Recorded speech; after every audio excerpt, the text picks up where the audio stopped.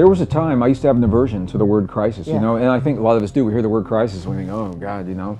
I actually have come to appreciate the word tremendously now for this reason, because if a crisis is present, if it's still present, it means we still have time to fix whatever it is that the crisis is calling our attention to. If the crisis is over, that means it's done.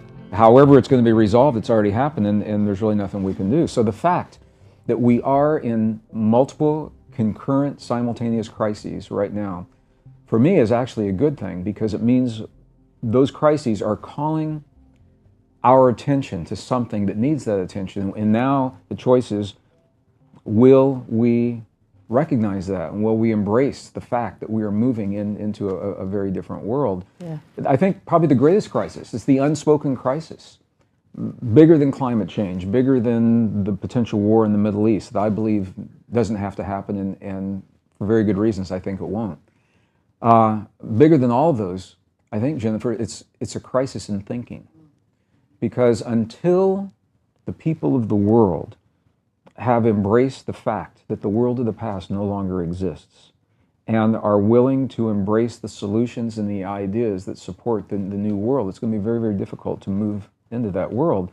This is thing, the media has so trumped up the things that are broken, and really hasn't recognized a lot of very good things happening in the world, but the media has never come out and said, in a big way, BBC or CNN, you know, a special, that the world of the past no longer exists. If we can do that in a broad general audience, to a broad general audience, then people can mourn the passing and let it go of a way of life. And without that, and I see these people every day of my life, there's a belief that the world was kind of chugging along, everything was going well until something happened. For some people it was 9/11, for some people it was the economic crash in 08 and 09. But for those people, there's a sense that all we need to do is get through the difficult time and the world goes back to normal. And they're waiting for normal. They put their lives on hold. There are people that are waiting to have children. They're not creating their families because they're waiting for the world to get back to normal. Or people that have their career choices and their lives on hold, waiting for us to come down the other side of a speed bump and return to a world that no longer exists. And those are the people that are suffering. They're suffering right now because they're clinging to an idea of a world that served us. And I'm not going to judge it as right, wrong, good, or bad. I have to say it worked so well, we're here. It got us here. Right. And now we know things now we didn't know in that world. And I think it serves us not to judge the past as a mistake or a good thing, but to say it was our path. And that we're on this huge learning curve. And now we know more than we have in the past. And with what we know, we can make new choices and move forward. And I think this is really the root of so much of the struggle people are having. Because the world is changing, the way we live our lives is changing. The way we've thought of money in the past is changing, but nobody's told us that. The way we've thought of jobs and careers and security. We no longer live in isolated nations, isolated economies.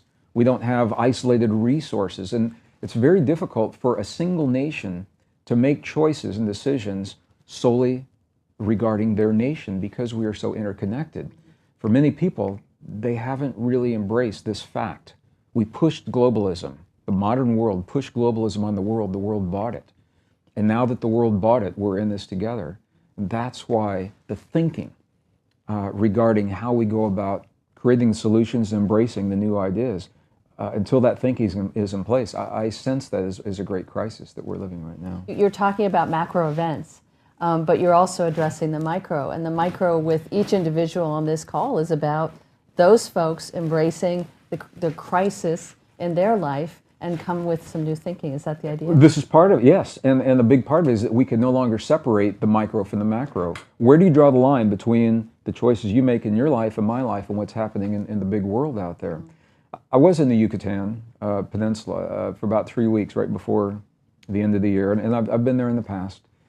Spent a lot of time with the indigenous people in that part of the world, and they reflect in their beliefs some of the principles that we find almost universally throughout the indigenous peoples.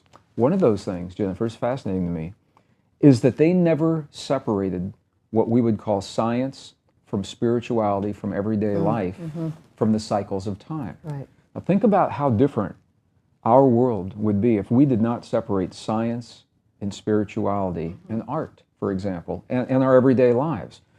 It means that when we see something, when we look at something of beauty, and we feel that feeling within us, that feeling is actually changing the chemistry in our bodies. That's a science. To us, in the modern world, we've made this distinction. We say, oh, that's just art, it's just a picture. When really, our presence with this piece of art, or I'm looking at a plant behind you right now, as I'm saying, it's the beauty of those flowers. It's creating a feeling in me. That's changing my body chemistry. 1,300 biochemical reactions happening in my brain and my body in response to an emotion that I'm having. And we've separated those things. They never separated the world from their lives. I think we're at a time where it's really difficult, we're challenged to draw a line between where our lives end and where the rest of the world begins. And the moment we draw that line, if we choose to draw one, we've fallen into the ancient trap that keeps us separated from the world and locks us into struggle, because we have failed to recognize that our problems are the world's problems and vice versa. And it's not about solving a few people's problems here. We're all in this together. And so we are learning now, I think, to see the world and ourselves in a different way. So what can I personally do to change my life and to change the macro from the micro? The world that we're living in right now is largely based upon scientific assumptions made in the last 150 years. And science is good. I was trained as a scientist. I think science is useful, but science doesn't have all the answers. And this is, I think, the key.